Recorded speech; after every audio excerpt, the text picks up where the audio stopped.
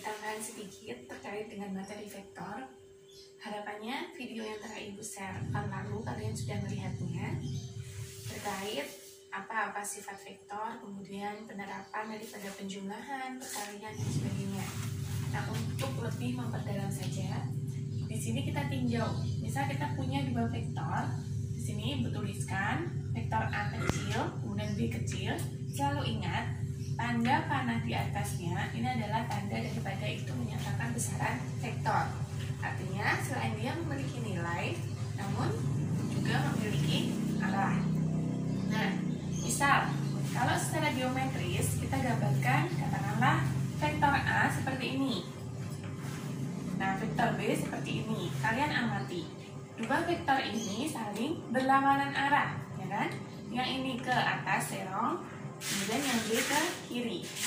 Kemudian diminta kita untuk menjumlahkan penjumlahan daripada dua vektor A ditambah dengan vektor B. Nah, secara geometris maka kita tinggal menggambarkan saja bagaimana cara menjumlahkan daripada vektor secara geometris. Nah, karena di sini saling berlawanan, kemudian kalian ingat konsepnya bahwa penjumlahan vektor secara geometris kita tinggal menarik daripada titik ekor kemudian ke ujung daripada akhir daripada vektor. Nah, ini A, ya, kemudian B. Nah, jika seperti ini artinya adalah sama dengan 0, karena untuk panjang A besarnya sama dengan arah ke sini. Panjang B ini sama dengan panjangnya A, namun dengan arah yang berlawanan. Katakanlah kalau di sini Ibu tulis 5i, di sini min 5i, ya kan? Kemudian di sini 5 kurangi 5 sama dengan otomatis 0. Karena apa Ibu misalkan seperti ini? Panjangnya sama 5. Oke. A dan B memiliki panjang sama 5. Kemudian karena arahnya berlawanan, yang di sini bisa kita anggap sebagai i. Kemudian yang berlawanan otomatis adalah min i. Maka penjumlahan dua vektor yang seperti ini sama dengan 0. Nah, nanti berbeda ketika kalian punya dua vektor, katakanlah vektor A seperti ini, vektor B seperti ini. Maka ketika A plus B adalah secara geometris, kalian gambarkan vektor A, kemudian B dilanjutkan, jadi dari ujung sini dilanjutkan sejumlah atau sepanjang B. Nah, bagaimana penjumlahannya? Titik awal menuju akhir, kalian tinggal tarik. Inilah vektor A plus vektor B. Oke, intinya jadi misal mulainya di sini vektor A, kemudian dilanjutkan B. Nah, resultannya penjumlahannya adalah titik awal hingga ke akhir. Cukup mudah ya penjumlahan vektor secara geometris. Nah, kita tinjau sekarang ketika vektor ini diuraikan dalam atau dinyatakan dalam komponen-komponennya. Koordinat I, J, K, bukan gambarkan seperti ini ya, yang saling tegak lurus antara I, J, dan K. Misal A, ini kita anggap sudah selesai. Sekarang kita ambil contoh yang berikutnya. Vektor A adalah 5i plus 3j plus 2k. Vektor B adalah 2i min 5j. Oke, pertanyaannya masih sama. Penjumlahan daripada vektor A dan B. Namun di sini penjumlahannya adalah berdasarkan komponen-komponen vektor, karena di sini memiliki dalam arah I, J, dan K. I, J, K. Misal kita gambarkan dalam sistem koordinat. Misal di sini I, J, K. Ya, vektor A 5i, maksud di sini adalah panjangnya 5 dalam arah I. Maka di sini misal 1, 2, 3, 4, 5. di sini. Kemudian plus 3J di sini 1, 2, 3 plus 2K 1, 2 di sini.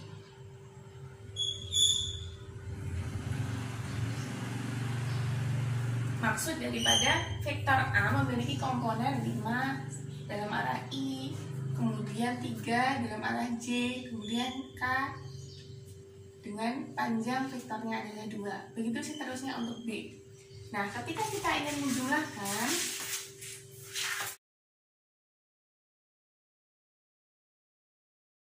tinggal kita tambahkan dengan catatan arahnya yang sama. Misal ini A plus B, maka 5I plus 3J plus 2K plus, kita beri kurung, 2I min 5J. Nah, jika seperti ini kalian lihat atau kalian satukan terlebih dahulu berdasarkan arahnya. Yang I dengan I, J dengan J, dan seterusnya. Maka di sini 5 plus 2 I plus 3 min 5 J plus 2A. Oke. Jadi lebih mudah ya. 7I di sini 3 min 5 langsung min 2J plus 2A.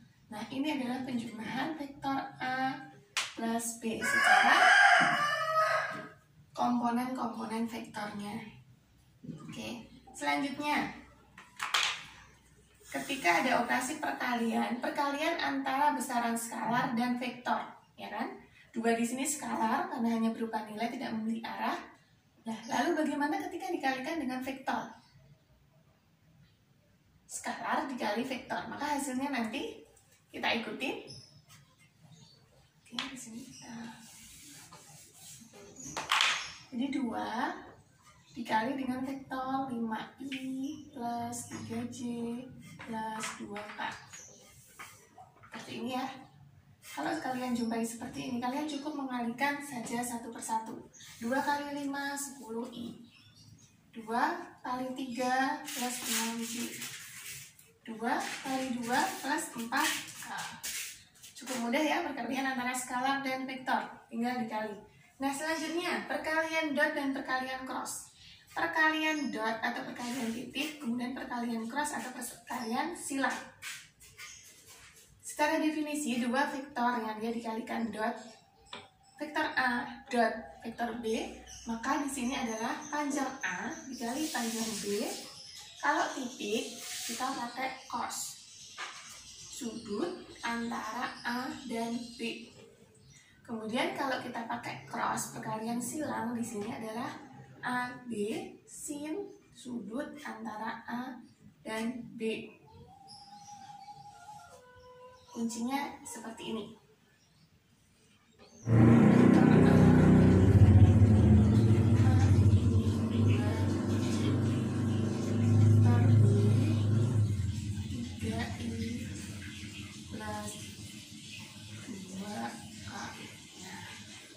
Kemudian bagaimana ketika kita diminta untuk A dot B? Nah, kita tuliskan terlebih dahulu 5I min 2J dotkan 3I plus 2A. Karena di sini adalah cos, maka sudut, maka di sini ya, jika sudutnya antara A dan B adalah tegak lurus, ini misal 90 derajat. Kita tahu cos 90 derajat adalah 0, ya kan? Maka hasil daripada A dot B ketika A dan B saling tegak lurus sama dengan 0, ya kan? Berbeda dengan perkalian silang. Karena sin, misal jika sudutnya antara A dan B tegak lurus, artinya 90 derajat. Sin 90 adalah 1. maka hasilnya sin adalah 1. Di sini hasilnya 1 ya. Ini maksudnya apa? Maksudnya nanti ketika kita melakukan perkalian dot ataupun perkalian silang, kita tinjau perkalian sudut tegak lurus atau dia sudut 0 derajat. Oke, misal contoh di sini. Kalau secara aljabar matematis biasa, di sini kan kita bisa tuliskan 5i dot 3i. Ini dengan ini. Oke.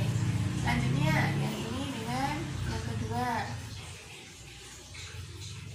Ditambah 5i dot 2a, ya kan? Selanjutnya yang ini min 2j dot 3i, ya kan? Selanjutnya min 2j dot 2a.